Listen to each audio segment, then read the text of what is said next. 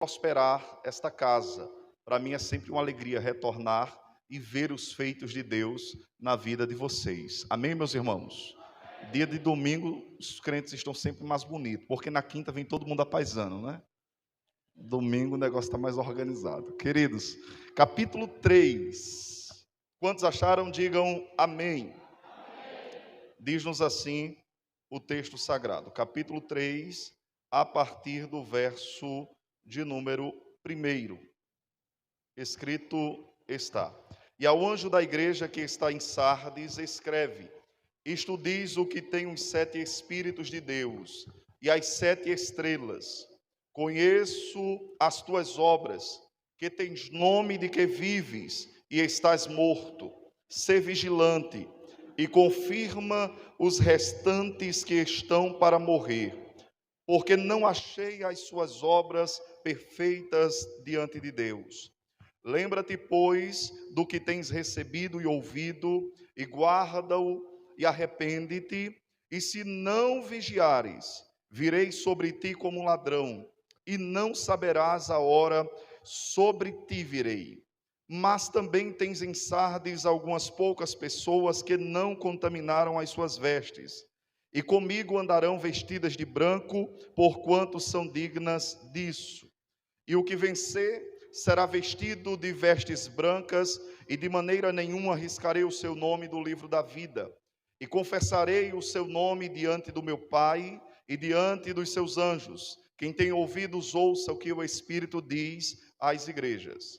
E ao anjo da igreja que está em Filadélfia, escreve: Isto diz o que é santo, o que é verdadeiro, o que tem a chave de Davi, o que abre e ninguém fecha, e fecha e ninguém abre. Conheço as tuas obras, eis que diante de ti pus uma porta aberta e ninguém pode fechar. Porque tendo pouca força, guardaste a minha palavra e não negastes o meu nome. Eis que farei aos da sinagoga de Satanás, aos que se dizem judeus e não são, mas mentem, eis que eu farei que venham e adorem prostrado a teus pés. E saibam que eu te amo. Como guardaste a palavra da minha paciência, também eu te guardarei da hora da tentação que há de vir sobre todo o mundo, para tentar os que habitam na terra. Eis que venho sem demora. Guarda o que tens, para que ninguém tome a tua coroa. Verso 12.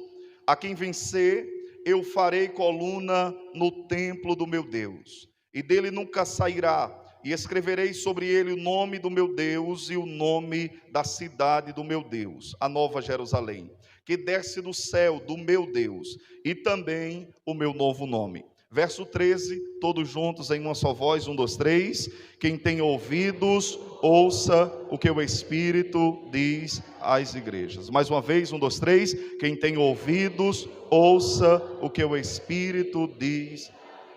Feche seus olhos, incline a sua fronte. Pai, graças te damos por esta palavra, graças te damos pela oportunidade que o Senhor nos concede de aqui estarmos diante de ti, diante da tua presença, para render-te graças, para louvar o teu santo nome, para tributar louvores a ti, Deus. Pai, peço-te mais uma vez, seja propício para conosco, ministra a tua palavra aos corações que estão sedentos para ouvir a tua voz e a tua palavra. É assim que eu oro e você concorda dizendo amém.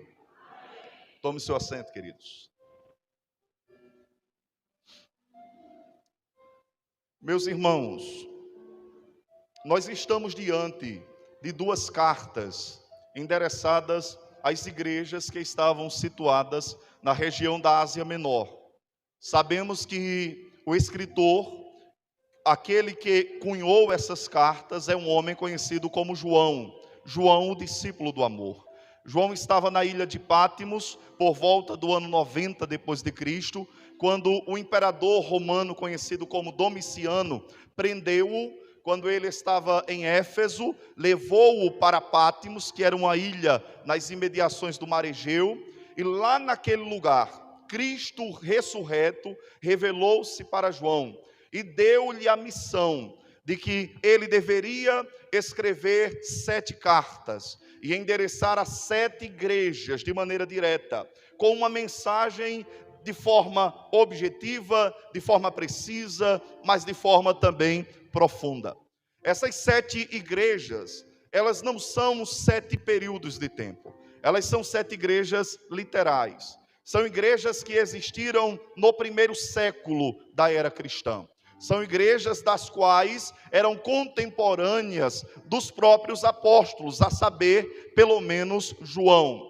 Das 2 que foram passadas para que eu pudesse ministrar os seus corações, a primeira delas que é a igreja que está situada em uma cidade conhecida como Sardes. Sardes, ela era uma cidade, irmãos, que de fato desfrutava de um período de glória, desfrutou de momentos gloriosos ao longo da sua história, principalmente no que tange ao seu passado. Para que você tenha ideia, naquela época, a cidade de Sardes, ela chegou a ser a capital do reino da Lídia, que era um grande império da época de João. Todavia, após a conquista do Império Persa, nós sabemos que houveram algumas transições de reinos. Após o Império Babilônico, surge o Império Persa, Medo e Persa, e o Império Persa subjuga aquela região, destrói aquela região. E neste período, ou melhor dizendo, pouco tempo depois, um homem conhecido como Tibério, ele de alguma maneira ajuda a reconstruir aquela cidade. A cidade de Sardes, ou a maioria das cidades da Ásia Menor, elas sofriam muito com terremotos. E certa feita, a cidade de Sardes, também a cidade de Filadélfia, elas foram totalmente devastadas por causa de terremotos que havia na época. A cidade de Sardes também era muito célebre, importante por pelo menos 2 coisas. Primeira delas, ela era extremamente importante no que diz respeito à indústria de tintura de lã. Naquela época, as vestimentas não eram como hoje em dia. As roupas, elas não tinham essa mesma coloração. E a cidade de Sardes, ela dá o pontapé inicial e se torna uma grande distribuidora de tintura, de tecidos naquela época. Para que vocês tenham ideia, a maioria dos comentaristas acredita que Sardes foi ela que de fato descobriu esse tipo de arte, para que pudesse assim beneficiar os povos que vieram a posteriori.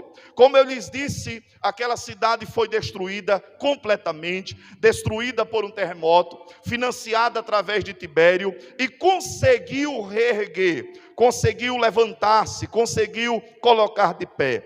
Quando João, ele escreve a carta a Sardes, Sardes ainda era uma cidade rica, ainda era uma cidade importante. Todavia, era uma cidade extremamente degenerada, moralmente falando, ou seja, os valores, os princípios, os ideais em Sardes estavam de cabeça para baixo. Era uma cidade importante, todavia, era uma cidade que pecava no que tange à vigilância. Você vai observar que ao longo dessa carta, a palavra de Cristo para ela é: seja vigilante. Mas por que Cristo diz isso? Porque não só a igreja de Sardes, mas também todos os moradores da cidade lembravam que eles perderam pelo menos 2 guerras. Quantas guerras?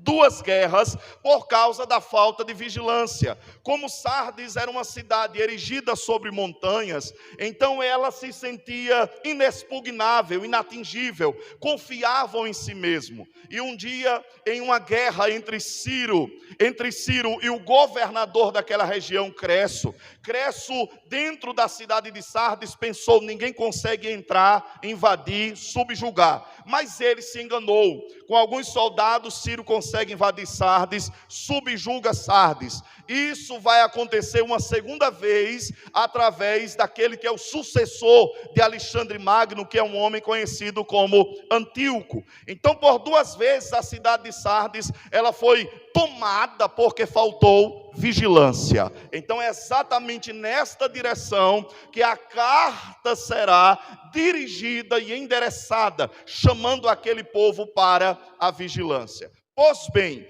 quando eu olho para Sardes, são esses, em linhas ultra gerais, algumas características preliminares de Sardes. Filadélfia, por outro lado, era a cidade mais jovem de todas as 7 cidades que recebem as cartas. A cidade de Filadélfia, ela era mais jovem do que Éfeso, Esmirna, Pérgamo, Tiatira, Sardes e a própria Laodiceia. Filadélfia foi uma cidade fundada ainda no ano 159, através de um homem conhecido como Átalo. E ele coloca o nome desta cidade Filadélfia, porque Filadélfia no grego significa amor de irmãos, coloca esse nome em homenagem ao seu irmão. A cidade de Filadélfia, ela é uma cidade importante, porque se tornou uma porta de acesso para que a cultura helênica e grega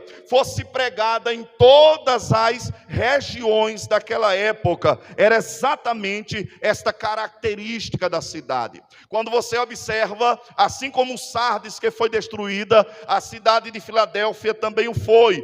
Todavia, a cidade de Filadélfia, ela não sofreu apenas um abalo sísmico, era algo muito constante. As pessoas viviam com medo, as pessoas viviam apavoradas, as pessoas não tinham estabilidade, ou seja, o chão parecia tremer todos os dias. É por isso que nessa carta Jesus vai dizer que os fará coluna do templo de Deus, ou seja, eu lhes darei estabilidade, sustentação, estrutura.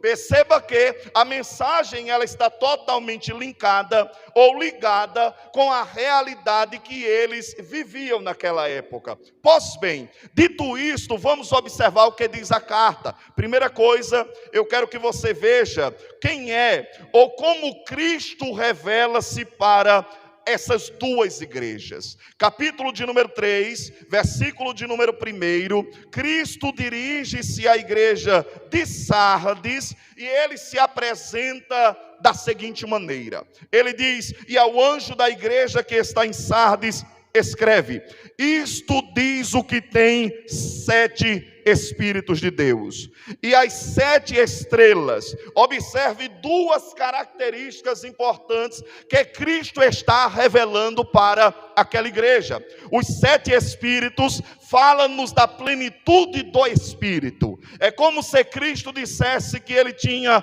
conhecimento total daquela igreja.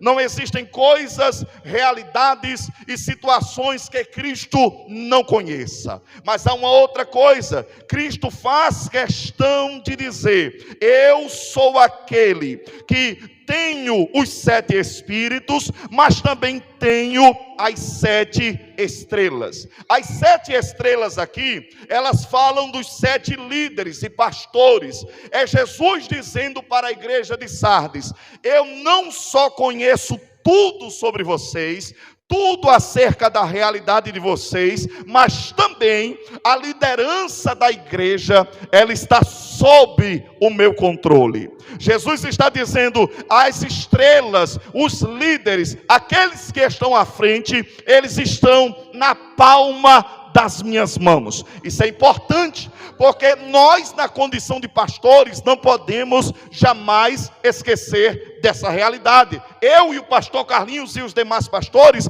não fazemos o que queremos, nós estamos nas mãos de Deus. Jesus faz questão de dizer: eu tenho a plenitude do Espírito, ou conheço de maneira exaustiva tudo sobre Sardes. Segundo lugar, as estrelas estão nas minhas mãos. Agora perceba como Cristo revela-se para a igreja de Filadélfia. Versículo 7, pelo menos 3 características. O texto diz assim: eu sou isto diz o que é santo, isto diz o que é verdadeiro, isto diz o que tem a chave de Davi. Primeira coisa que Cristo revela sobre si é que ele é totalmente separado do mal. Não existe mancha, não existe mácula, não existe nódoa, não existe nada que manche o caráter de Jesus. Ele é santo, ele é perfeito, ele é separado. Mas ele diz ainda: eu não sou apenas santo, eu também sou verdadeiro, eu também sou fidedigno. Aquilo que eu digo, que eu profiro, que eu falo é verdade. Lembre-se que Jesus Cristo disse: eu sou o caminho, eu sou a verdade. Ele não disse que era parte da verdade, ou que ele dizia a verdade. Ele disse: eu sou a própria verdade encarnada, eu sou a verdade. E Jesus está dizendo para a igreja de Filadélfia: eu sou a verdade. Terceiro lugar, eu também tenho a chave de Davi. Chave fala de autoridade. Jesus está dizendo que ele é um descendente direto de Davi.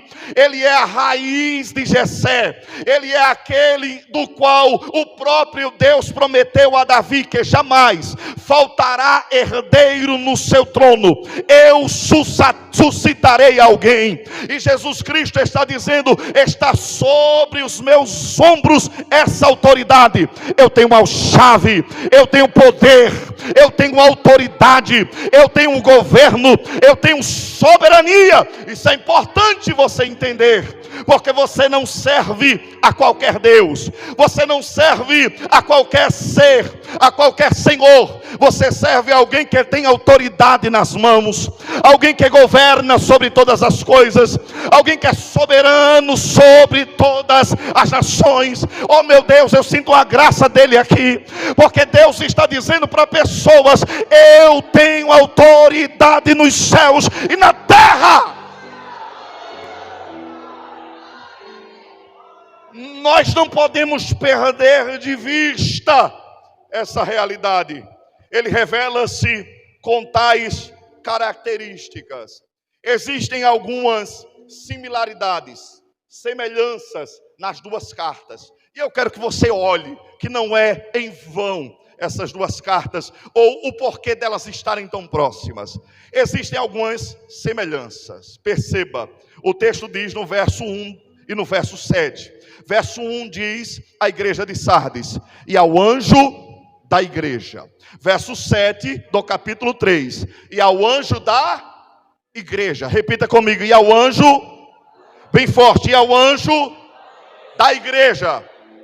Existem três maneiras de interpretar esse anjo. A primeira delas é que o anjo seria, de forma literal, um ser angelical. É como se cada igreja tivesse um anjo da guarda ao lado dela. Essa é uma interpretação que eu rejeito. A segunda interpretação é que o anjo seria a igreja como corpo, de maneira corporativa, ela seria identificada como anjo. Eu também rejeito. A melhor tradução para esse texto de anjo é que ângelos ou mensageiro é também o líder da igreja. Olha que coisa, Jesus está dizendo: eu estou escrevendo uma carta, e essa mensagem primeiro vai chegar no anjo e depois vai passar para a igreja. Ah, meu irmão, você pensa que é fácil ser pastor? Você pensa que é fácil estar à frente do ministério? Porque antes de cortar aí a espada começa a cortar aqui. Antes de Jesus falar com a igreja, ele começa a falar conosco. E ele está dizendo ao anjo da igreja: preste atenção, eu tenho uma palavra de Deus para a minha igreja, mas primeiro eu quero tratar tete a tete contigo.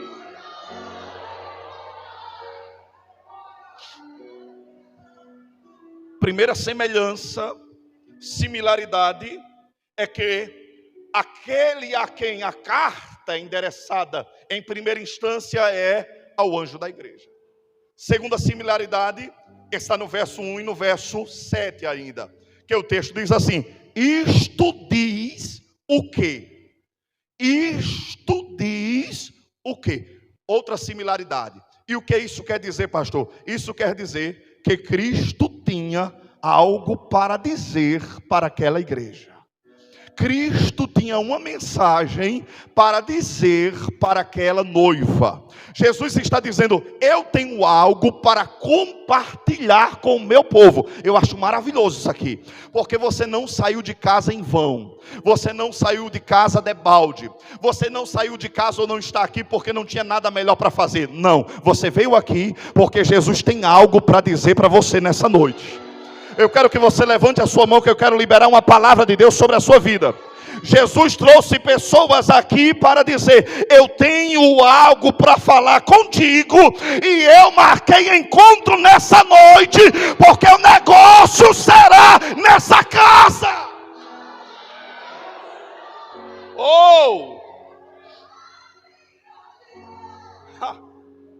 Você não sai da presença dele sem ouvir a voz dele. Jesus está dizendo para a igreja: olha, eu tenho uma mensagem para vocês. Terceira similaridade, verso 1 e verso 8, Jesus disse assim: conheço as tuas obras. Irmãos, que coisa tremenda. Conheço aqui, não estamos falando apenas de conhecer acerca de. Não é algo cognitivo, não é só informação. Jesus não está dizendo eu conheço de longe, eu sei sobre, não. Ele está dizendo eu conheço porque eu ando. Se você olhar capítulo de número 1, João disse assim: eu olhei-me para ver quem falava comigo, e olhando, vi 7 castiçais de ouro, 7 igrejas. E no meio dos 7 castiçais de ouro, um semelhante ao Filho do Homem, vestido com vestes brancas. O seu rosto era como o sol do meio-dia, os seus olhos eram como chama de fogo, os seus cabelos eram brancos como a lã. Ele tinha uma boca, uma espada que saía da sua boca. Ele tinha escrito na sua coxa: Rei dos Reis e Senhor dos Senhores. É João dizendo: eu vi ele, e ele andava no meio da igreja, ele passeava no meio da igreja, e enquanto ele anda, ele conhece, ele esquadrinha, ele vê, ele vislumbra, ele percebe, ele entende. É ele, e esse mesmo Deus que conhece estava dizendo para aquelas igrejas: eu tenho algo sobre vocês. Não existe nada seu a respeito de você que Cristo não conheça. Não existe nada sobre a nossa vida que fuja do conhecimento desse Deus. Eu conheço as obras de vocês. Quarta semelhança: ambas as cartas trazem promessa. E as promessas são para, verso 5 e verso 12, o que vencer, ou a quem vencer. Olha que coisa linda.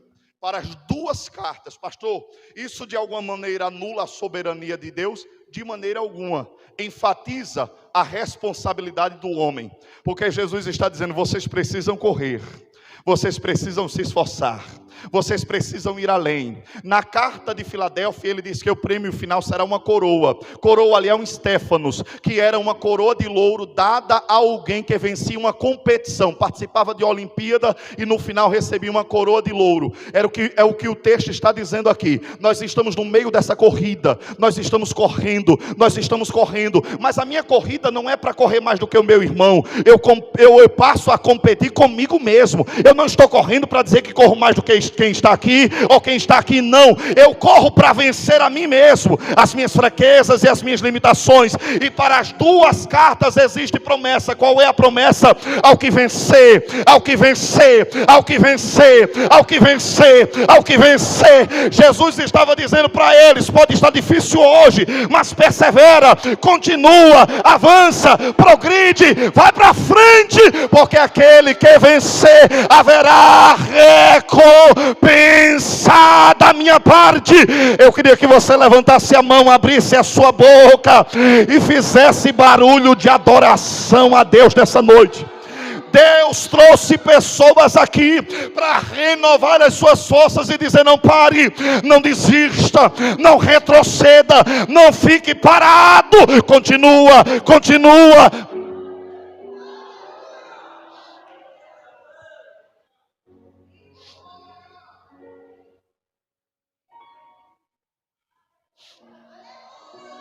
Pode glorificar a Deus porque Ele está aqui.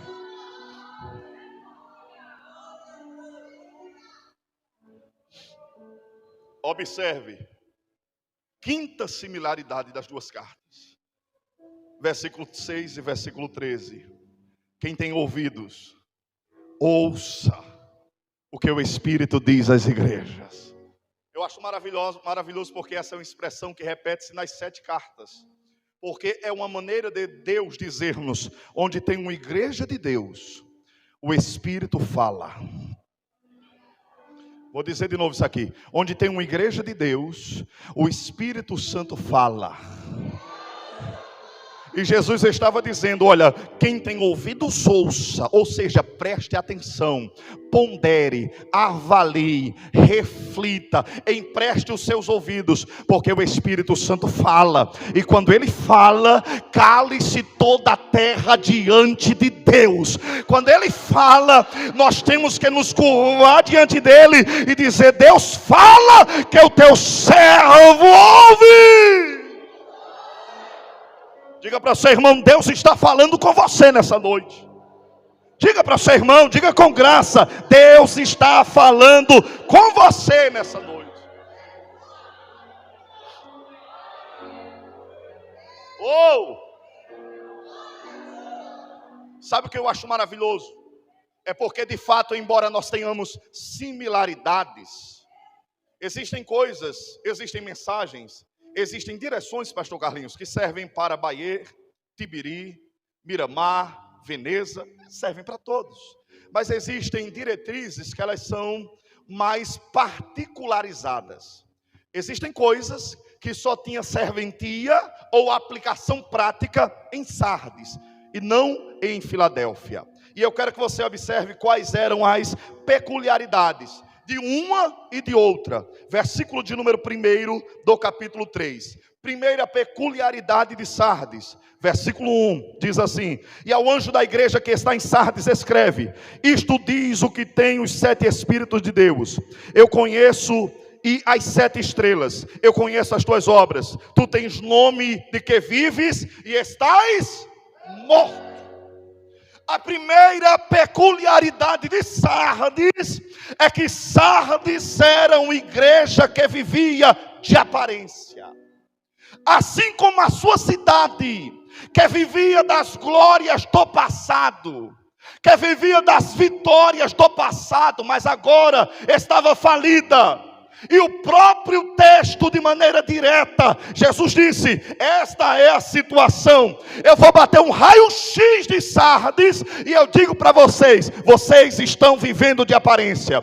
Tem nome de que vive, anda como se estivesse vivo, adora como se estivesse vivo, levante a mão como se estivesse vivo, exalta como se estivesse vivo, mas está morto. Ah, meu irmão,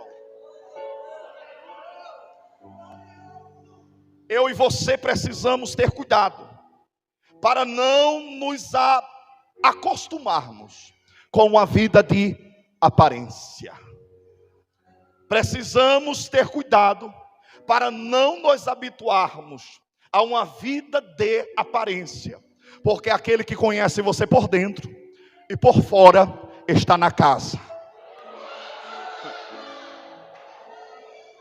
Deixa eu te dizer uma coisa, o meu Deus e o teu Deus, ele não se impressiona com aparência, ele não se impressiona com estereótipo, ele não se impressiona com o que está fora. Ele estava dizendo para a igreja de Sardes: vocês têm fama na cidade toda, é isso que dizem sobre vocês, mas eu que conheço o estado espiritual de vocês, ou da maioria, eu digo: tem nome de que vive, mas estás morto. Mas nessa noite Deus me trouxe e te trouxe aqui para te dizer: não se acostume a viver uma vida de aparência, não se habitue a viver uma vida de aparência, não queira ter fama e não viver na prática, não queira exteriorizar e não ter uma vida mudada, mente mudada, coração transformado.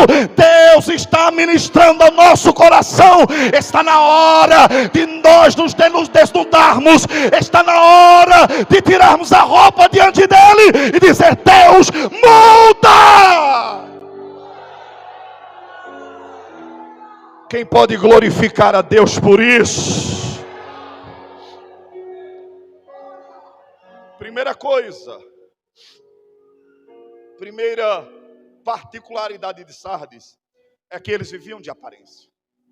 Segunda particularidade de Sardes é que as suas obras não estavam de acordo com o que Deus queria. Versículo 2, a parte B, capítulo 3, versículo 2, a parte B, diz assim: eu não achei as suas obras perfeitas. Vocês têm obras, mas quando o assunto é reino de Deus, escute isso, não é o suficiente fazer para Deus, é preciso você ser para Deus. Eles tinham obras, mas as obras não estavam de acordo com a vontade de Deus. E Jesus está dizendo: eu não me agrado. Terceira característica, terceira singularidade deles, é que havia naquela igreja, versículo 2, a parte B, havia um restante naquela igreja, que estava convalescendo em direção à morte. Olha o que diz o verso 2: ser vigilante, confirma o restante que estão para morrer.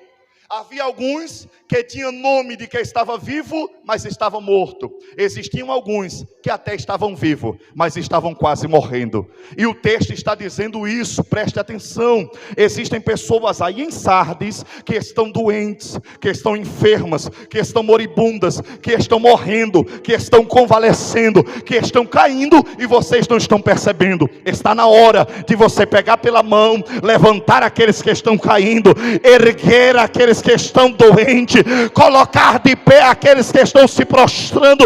Oh, meu irmão, essa palavra é tão gloriosa, porque às vezes nós não percebemos essa realidade, que existem pessoas do nosso lado que estão convalescendo, e Jesus estava dizendo: essa é uma característica de vocês. Pega na mão, levanta, fortalece, coloca de pé, não deixa morrer, não deixa apagar, não deixa.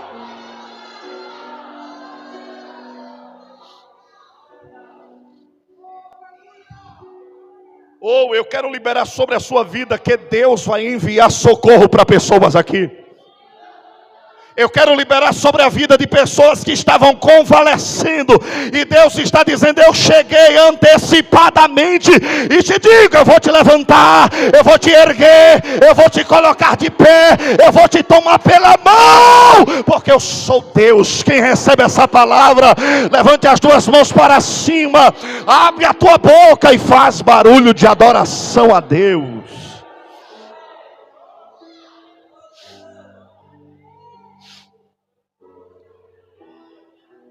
Queridos, uma terceira característica singular de Sardes é que havia no povo morto e convalescendo, havia um remanescente fiel. Verso 4: mas também tem em Sardes algumas poucas pessoas que não se contaminaram. Ou seja, havia um grupo pequeno de pessoas ali no meio que ainda estava firme e de pé. Ou seja, havia um remanescente fiel. 3 grupos havia em Sardes de maneira direta. Primeiro deles, aqueles que diziam estar vivos, mas estavam mortos. Aqueles que estavam vivos, mas estavam enfermos e prestes a morrer. Mas haviam aqueles que estavam verdadeiramente vivos. São poucos, mas estão vivos. É diminuto, mas estão vivos. Não é um grupo tão grande, mas estão vivos. Parece fraco, mas está vivo. Parece desprezível, mas está vivo. E Jesus está dizendo: tem poucos aí, mas eu conheço, eu percebo, eu esquadrinho, eu entendo, eu vislumbro, e Deus sempre terá um grupo. Eu me lembro que quando Elias disse: Deus, arruinaram os teus altares e mataram os teus profetas, só eu restei. Deus disse: eu tu lá, Elias, ainda tem 7.000 joelhos que não se dobra. Você não está só, existe um grupo aí que ainda adora o meu nome, exalta o meu nome, engrandece o meu nome. Deixa eu perguntar aqui, quem faz parte desse remanescente?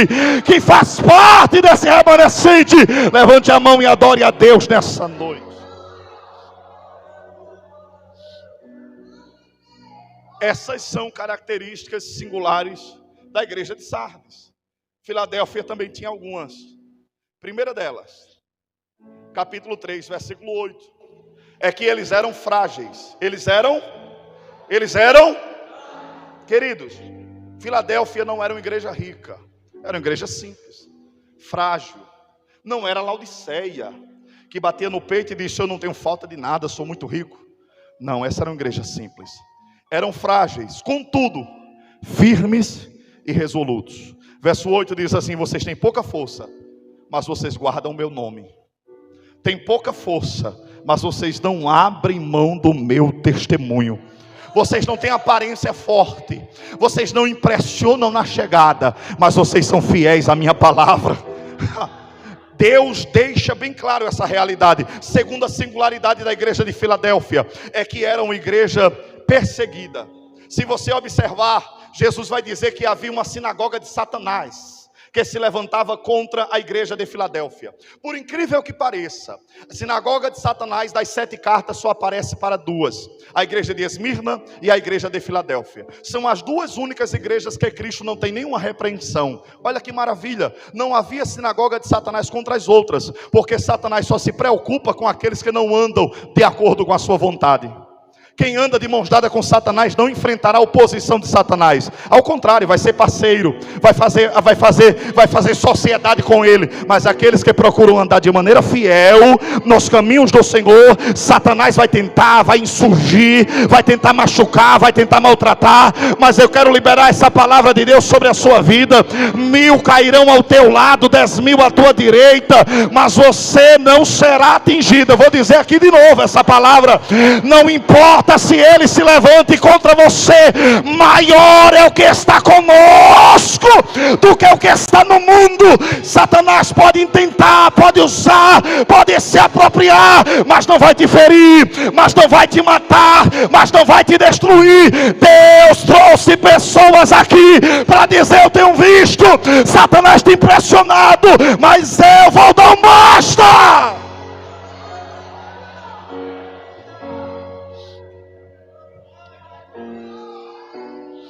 Pastor, eu não sei por que é tanta pressão contra mim. Você anda de acordo com a palavra? É isso que acontece, irmãos. Terceira singularidade é que essa igreja também era uma igreja resistente. A palavra que é usada para paciência aí no grego, hupomone, é uma palavra que significa resistência, perseverança.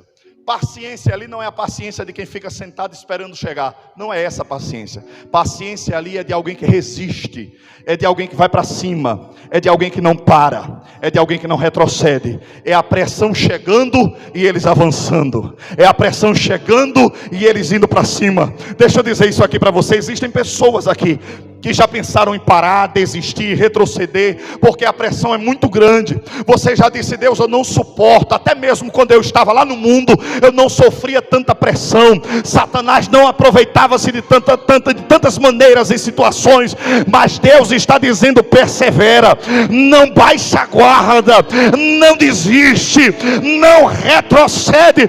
Pode bater, mas fica de pé. Pode pressionar, mas você não vai ceder. Quem recebe essa palavra, levante as 2 mãos. Um é pouco, levante as 2. Eu libero sobre a sua vida graça de Deus. Deus está dizendo: receba força. Você não vai parar, você não vai parar, você não vai parar. Pode bater, mas você não para.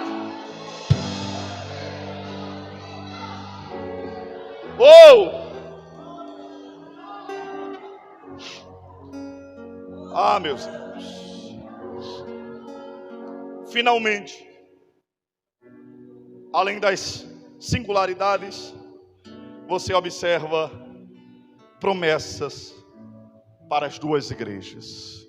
Diga assim comigo: o meu Deus, Ele tem promessas para a minha vida, para a minha casa e para a minha família. A primeira promessa endereçada à igreja de Sardes é o verso 3, quando ele diz assim, a palavra do Senhor: lembra-te, pois, do que tens recebido, e guarda, e arrepende-se. E se não vigiares, eu virei sobre ti como ladrão, e não saberás a hora que virei sobre ti. Escute uma coisa: o vireis como ladrão aqui não fala da vinda de Cristo, viu?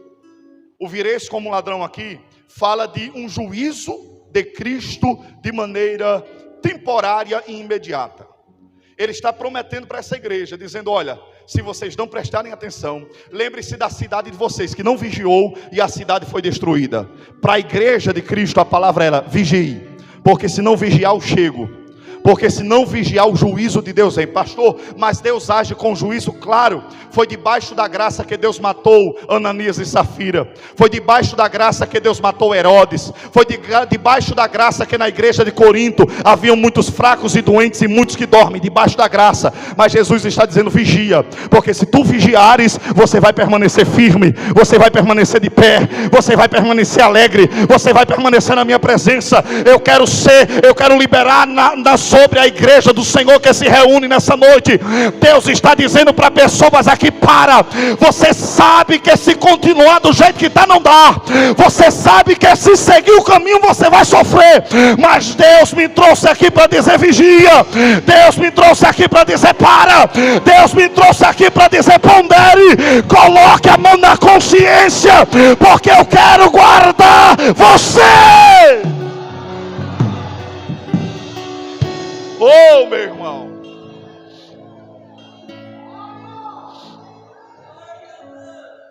Outra promessa, verso de número 5.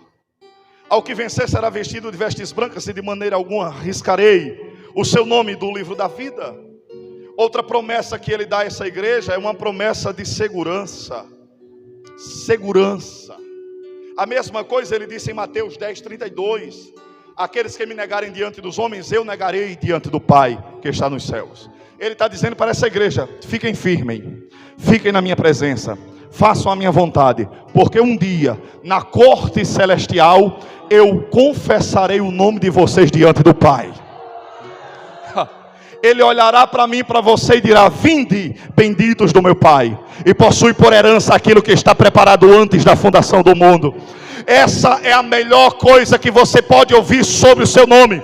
A melhor coisa que você pode ouvir sobre o seu nome não é alguém dizer: fulano é uma bênção, fulano quando ora Deus expulsa demônios, fulano quando ora Deus levanta paralítico, fulano quando ora Deus multiplica pães e peixes. Essa não é a melhor coisa e a maior coisa não, porque um dia os discípulos voltaram abismados dizendo: Senhor, no teu nome até os teus demônios se submetem. Jesus disse: isso é pouco, alegrai-vos antes por ter o nome de vocês escritos no livro da vida. Isso é mais importante.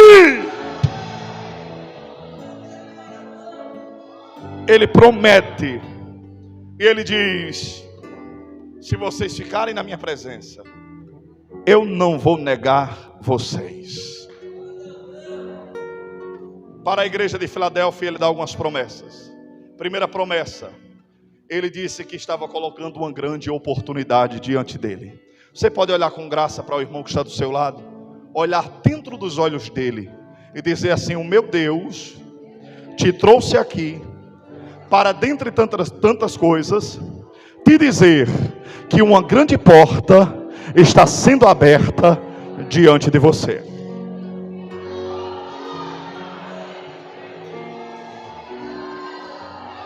Olha que promessa formidável. Eis que eu pus uma porta aberta diante de vocês. Mas pastor, por que era necessário essa porta aberta? Por que era necessário essa porta aberta? O texto justifica.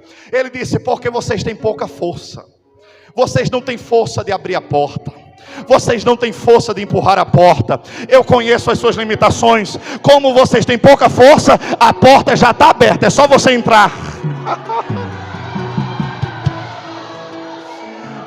Deus está dizendo para pessoas aqui: você sabe que é pequeno, você sabe que é fraco, você sabe que tem pouca força, você sabe que é limitado, você sabe que é de baixo, você sabe que é diminuto, mas Deus me trouxe aqui para te dizer: te prepara, te prepara. A porta abriu, a porta abriu, a porta abriu, a porta abriu. Quem pode levantar a mão e adorar a Deus nessa noite? Abre a tua boca por 10 segundos, faz barulho de adoração a Deus.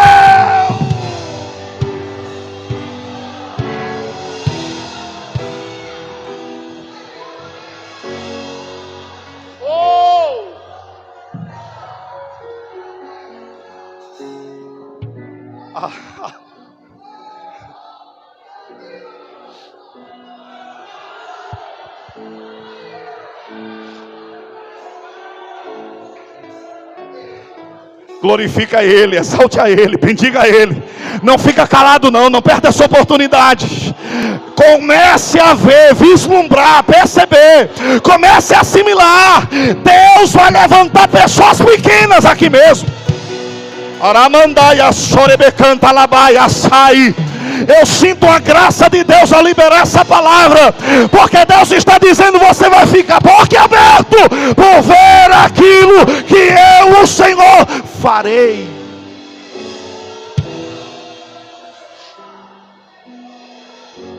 Escute, outra promessa, verso 9, é que Deus iria vindicar, justificar, reclamar o seu povo. Como assim, pastor? Verso 9 diz assim: eu vou fazer com que os da sinagoga de Satanás venham e adorem prostrado aos teus pés e reconheçam que eu te amo. Olha o que ele está dizendo. A sinagoga de Satanás perseguia a igreja de Filadélfia. Jesus está dizendo: deixa eles comigo. Deixa eles comigo, porque eu vou tratar deles. Eu farei com que os da sinagoga de Satanás venham e se prostrem e reconheçam que eu te amo. Irmãos, escute uma coisa, em nome de Jesus. Uma das coisas mais perigosas que existe é alguém se levantar contra a igreja de Cristo na terra. Vou repetir isso aqui. É uma das coisas mais perigosas é alguém se levantar contra a igreja de Cristo na terra. A igreja não é um povinho. A igreja não é um povo desprezível. A igreja não é cão sem dono. A igreja é corpo de Cristo tirado da cruz. A igreja é noiva do Cordeiro. A igreja é nação santa, sacerdócio real, propriedade exclusiva do Deus vivo. A igreja é corpo de Cristo. A igreja é família de Deus. A igreja é pedras vivas. A igreja tem dono.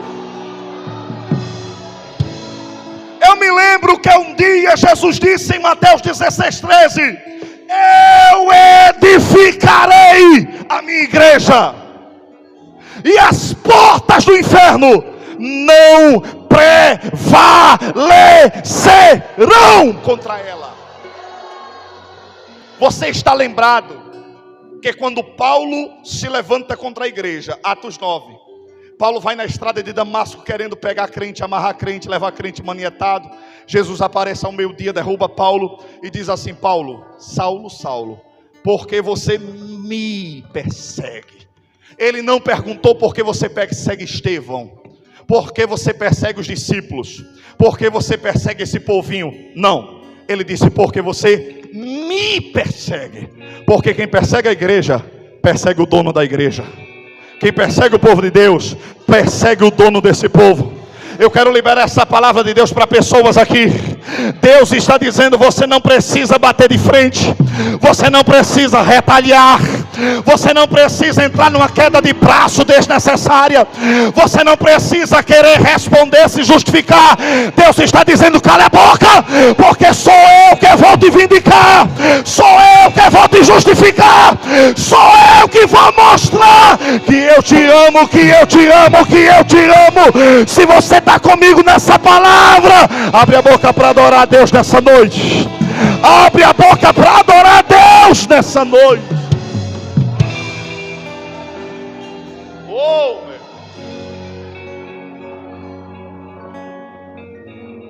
Você tem dono.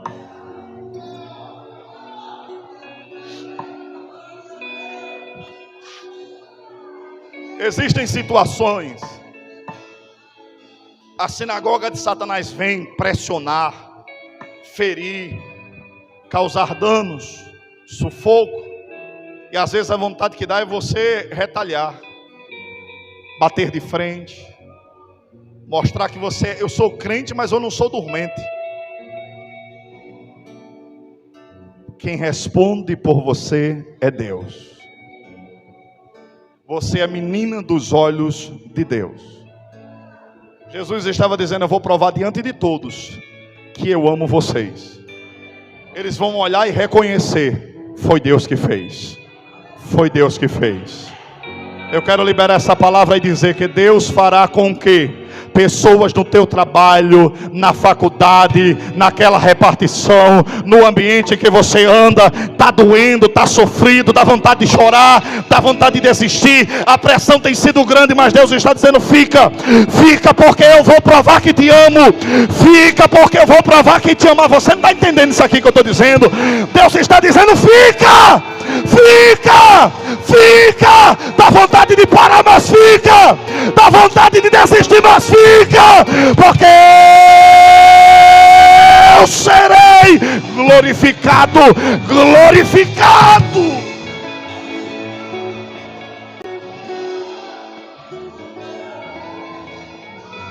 Ô irmão, para a gente terminar, senão a gente não para.